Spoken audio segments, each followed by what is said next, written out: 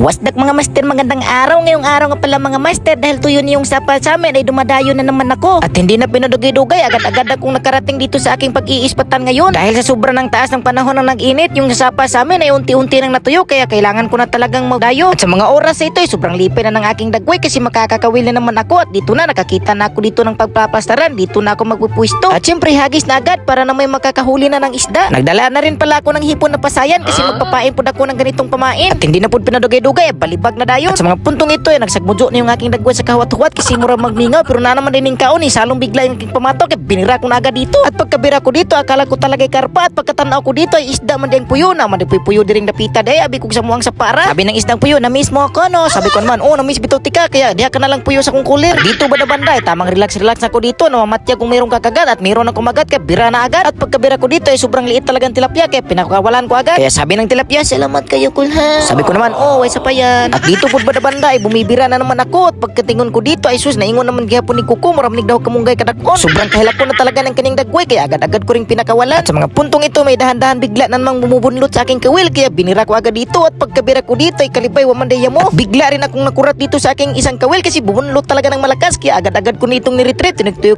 ko na dito maayo, at pagkatingin ko dito yung mapudaya mo, kaya humahab-hab lang muna ako dito ng tinapay na palan. Ginusab ko talaga maayo dito yung tinapay para iwas likoy. At hindi na pinadugay-dugay, meron na pong kumagat, kaya bunlot na po agad. At pagkatanaw ko ay halaka, kagamay ka pus tilapia oy. At dito po ba banda ay bigla na namang binira yung aking isang kawil, kaya dali-dali ko pong ikubra dito. At pagkatingin ko dito ay isang madig kahoy. Paano ito naging kumagat ng kahoy na ito? Walang iya. Akala ko talaga ay isda, ugat Ramandes de Milina. At dito po dapit banda ay bigla na namang sumalom yung aking pata, kaya giarsa po na ko dito. At pagkatingin ko dito ay isda ka pong tilapia nga murag gamay-gamay, nga murag dako-dako na pud gamay. Madana ni. Di na pud pinadugay-dugay, mayroon na pong kumagat, kaya pinadugay-dugay dito, binira ko na po. At pagkatingin ko dito ay sus, gamaya man jud gihapon tilapia oy. Sabi na isdang tilapia, buhi kuya ha. Sabi ko naman, lakaw na. Sabi naman niya, thank you ya. At sa mga puntong ito, biglang natuwa yung aking dagway kasi may kasama na ako dito sa pamimingwit. Sabi ni Butsukoy sa akin, ikaw lang mag-isa ya. Sabi ko naman, ako lang mag-isa. Natatakot ako dito dong. Uy, baka may bakunawa dito dong. Tutukbin ako dong. Sabi naman ni Butsukoy, wala rin mo ya. Ay, alimatok rin daghan diriya. Kaya sa mga oras ito, kaming dalawa dito ay nagpadayon kami ditong dalawa sa pagkinawil-kawil. At biglang nang hinayang niyong dagway ni Butsukoy kasi may malakas tong kumagat sa kanya, pero pagkabira na hindi yun na nadala. At ako rin dito pagkabira ko ay may nadali na rin ako dito ng tilapia. Sabi ko kay Butsukoy, madadana ka na ni Butsukoy. Sabi naman niya, madana na, okay na kinaoy. Sabi ko naman, oo no, kaya wamagkikuang dako, sakto ni pangkilaw. At sa mga puntong ito ay halos maabutan ako dito ng kalahating araw, tapos wala pa akong mahuling mga good size na tilapia, kaya nakapagdesisyon na lang ako dito, manghuli na lang ako ng 2 daliri o tag-3 daliri na kalakahin ng tilapia para pangkilaw. Kikilaw na lang ako para naman hindi maaalkansi yung biyahe ko. Nakahuli na rin si Butsukoy pero pangkilaw rin nakalakihin. At sa mga oras ito ay nakaramdam na si Butsukoy dito ng sobrang init, kaya kinuha na niya yung kanyang habol na dala-dala para ipapandong niya at ihahapin. At nangaon na rin kami dito ng tinapay na palan kasi bigla man kaming nagutom, siguro dala siguro ng mainit na panahon at nauuhaw rin. At ginamit ko na rin yung aking payong na binakla kasi hindi na talaga maagwanta ng aking dagway sa sobrang init na ng panahon. At pagkalingon ko rin dito sa aming likuran ay nakakita ko dito ng iro na aso. Nagalit yung aso sa akin, sabi ng aso sa akin ay pag video-video dia pa. Sabi ko naman, hala sorry na good. Mabuti pa si Butsukoy dito ay parang nasa bahay lang nakatambay habang nangangawil. At dito po banda nakahuli na po ako dito ng tilapia nga wala pa dyan maluta sa kagamay. At sa mga puntong ito ay naramdaman ko na talaga ang sobrang lain ng aking dagway, kaya agad-agad ako nang ligpit dito para makauwi na. Para pangkilaw lang talaga yung mga nahuli ko ngayon kasi wala talagang mga good size na nagkagatan. Sabi ni Butsukoy sa akin ay may mga mamaw man dito sa spot na ito ya, pero bihira lang talaga silang magsipagkagatan. Lalong-lalo na't hindi pugi yung mamingwit, matumal talaga yung kagat nila. Makatawa na lang yung aking dagway sa sinasabi ni Butsukoy. At syempre master, kung umabot ka po sa part na ito, pwede po bang pa-share naman ng aking video para malilipay na naman yung aking dagway. Salamat!